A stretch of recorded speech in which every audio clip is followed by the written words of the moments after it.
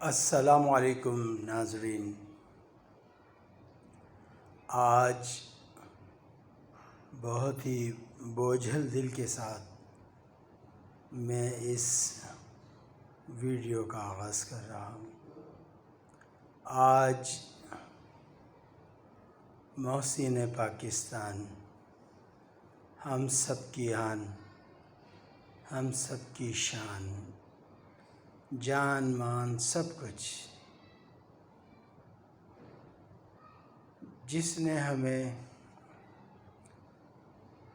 اس دنیا میں سر اٹھا کر جینے کی طاقت بخشی، ہمیں نیوکلیئر کنٹری بنایا، وہ عظیم ہستی آج ہم سے ہمیشہ ہمیشہ کے لیے روٹھ گئی، خفا ہو گئی۔ آج محسن پاکستان جناب ڈاکٹر عبدالقدیر خان صاحب رضا الہی سے انتقال فرما گئے۔ ڈاکٹر صاحب انتہائی نفیس قسم کے انسان تھے، گو کہ میری کبھی بالمشافہ ملاقات نہیں ہوئی، لیکن BBC سے میں نے انہیں کئی مرتبہ کوشش کی انٹرویو لینے کی، لیکن وہ اتنے مصروف ہوا کرتے تھے کہ ان کے پاس انٹرویو کا اس وقت ٹائم نہیں تھا، چونکہ وہ فل پک پر تھے اس زمانے میں۔ خان صاحب آخری ایام میں بڑے دکھی اس دنیا سے گئے ہیں۔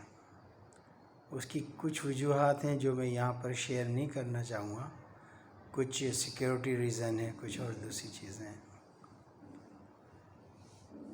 ان کی ایک کتاب میرے ہاتھ لگی لنڈن میں نے اس کو پڑھا، مطالعہ کیا، ان کے بارے میں جاننے کا موقع ملا۔ میرے والد صاحب اللہ غریق رحمت کرے انہیں، وہ بتایا کرتے تھے کہ یہ جو باٹ ترازو ہوتے ہیں یہ اس کے انسپیکٹر تھے ڈاکٹر صاحب، جب پاکستان بنا پھر اس کے بعد یہ چلے گئے باہر۔ ڈاکٹر صاحب 1936 میں جو ہے وہ مسلمانوں کی ایک ریاست تھی بھوپال، اس ریاست میں یہ پیدا ہوئے۔ خاندانی حسب نسب جو ہے وہ اورکزئی پٹھان سے تھا۔ والد صاحب ٹیچر تھے، والدہ ہاؤس وائف تھیں ان کی، اور انتہائی شریف خاتون تھی جنہوں نے شرافت گھول گھول کر اپنے بچوں کو پلائی تھی۔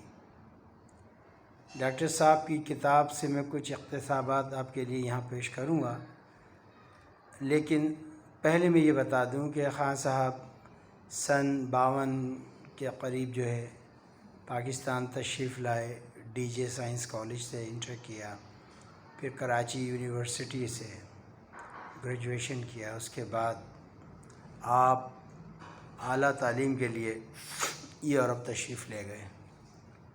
1964 میں آپ نے وہیں کی یورپین خاتون سے شادی کی جن سے آپ کی 2 بچیاں ہیں۔ خان صاحب اپنی کتاب میں بتاتے ہیں کہ جب 1971 میں بنگلہ دیش ٹوٹا، یعنی ایسٹ پاکستان ٹوٹا، ڈھاکہ فال ہوا، تو خان صاحب اس وقت یورپ میں تھے، اور کہتے ہیں کہ ہم بہت روئے کہ جیسے ہمارے پر کسی نے قیامت گرا دی ہو۔ اس کے بعد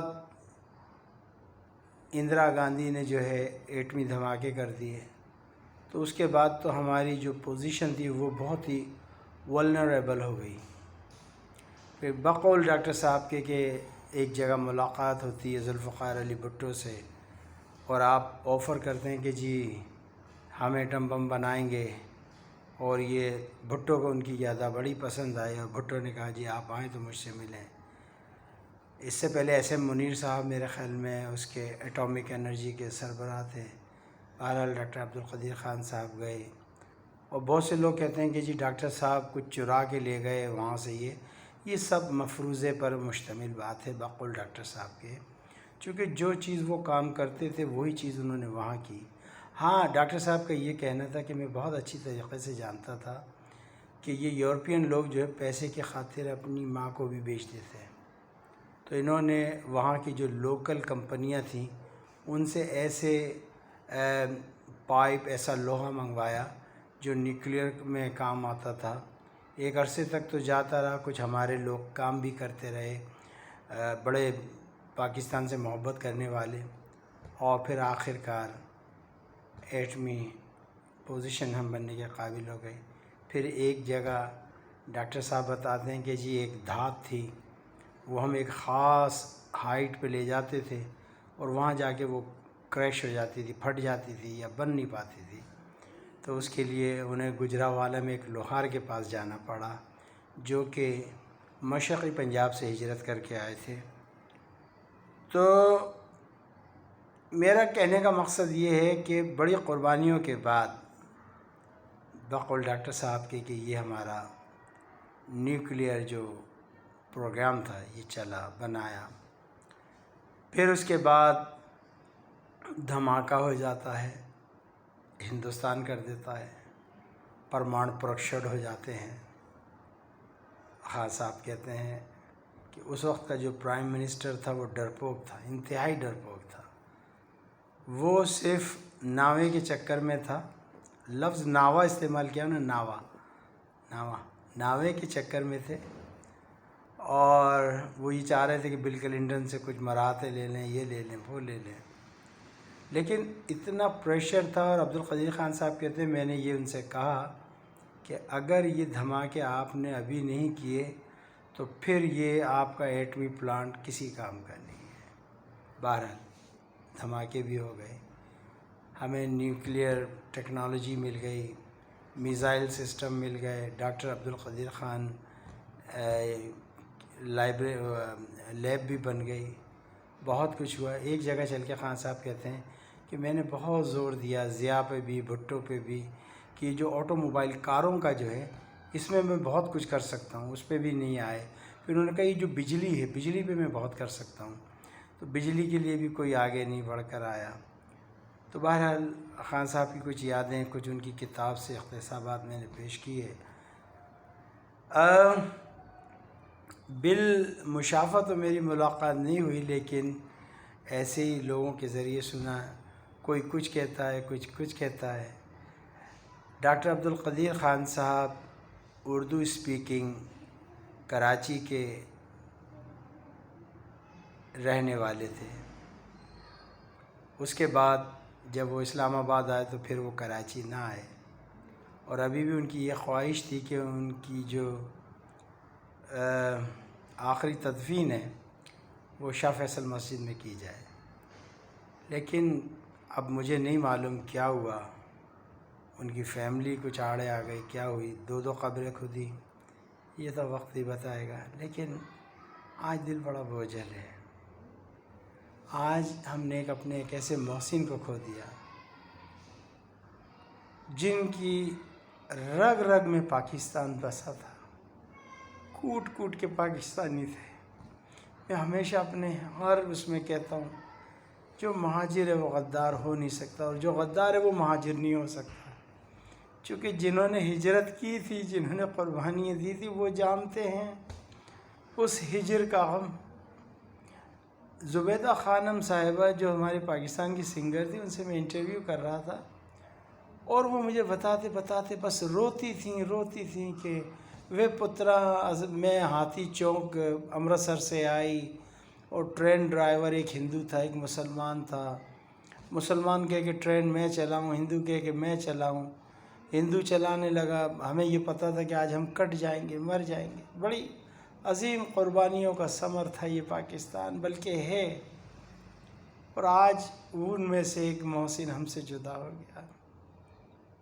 اللہ تعالیٰ ان کی مغفرت فرمائیں۔ اسی لیے اللہ سبحانہ و تعالیٰ نے کہا ہے کہ جب کسی کی موت کا سنو تو کہو ان للہ و انا الیہ راجعون، بے شک ہم سب کو اسی کی طرف جانا ہے، اپنے اپنے وقت پر ہے۔ لیکن میں سلوٹ پیش کرتا ہوں ڈاکٹر عبدالقدیر خان صاحب، کس عمدہ طریقے سے آپ نے اس وطن کی خدمت کی، آپ نے ایسی خدمت کی اس وطن کی جیسے کہ کوئی بچہ اپنے ماں باپ کو سنبھال کے رکھتا ہے۔ آج آپ کی وجہ سے ہم اس پوزیشن میں آئیں کہ ایبسلیوٹلی ناٹ، یہ صرف آپ کی وجہ ہے، یہ آپ کی وجہ سے آج ہم ایبسلیوٹلی ناٹ کہنے کی پوزیشن میں آئیں۔ آج آپ کی وجہ سے ہم کسی کے آگے سر نہیں جھکاتے۔ آج آپ کی وجہ سے آپ نے کہا تھا، مجھے یاد ہے آپ کی کتاب کے اندر، کہ ہمارا جو نیوکلیئر یہ جو بم ہے یہ ہندوستان کو کبھی بھی ہم پر حملہ نہیں کرنے دے گا۔ میں سلام پیش کرتا ہوں۔ گڈ بائے محسن پاکستان، گڈ بائے۔ اللہ آپ کی قبر میں رحمت نازل فرمائے، اللہ تعالیٰ آپ کو کروٹ بکروٹ جنت نصیب کرے، اللہ تعالیٰ آپ کے صغیر کبیرہ گناہوں کو معاف کرے، اللہ آپ پر رحم فرمائے۔ گڈ بائے، میری طرف سے گڈ بائے۔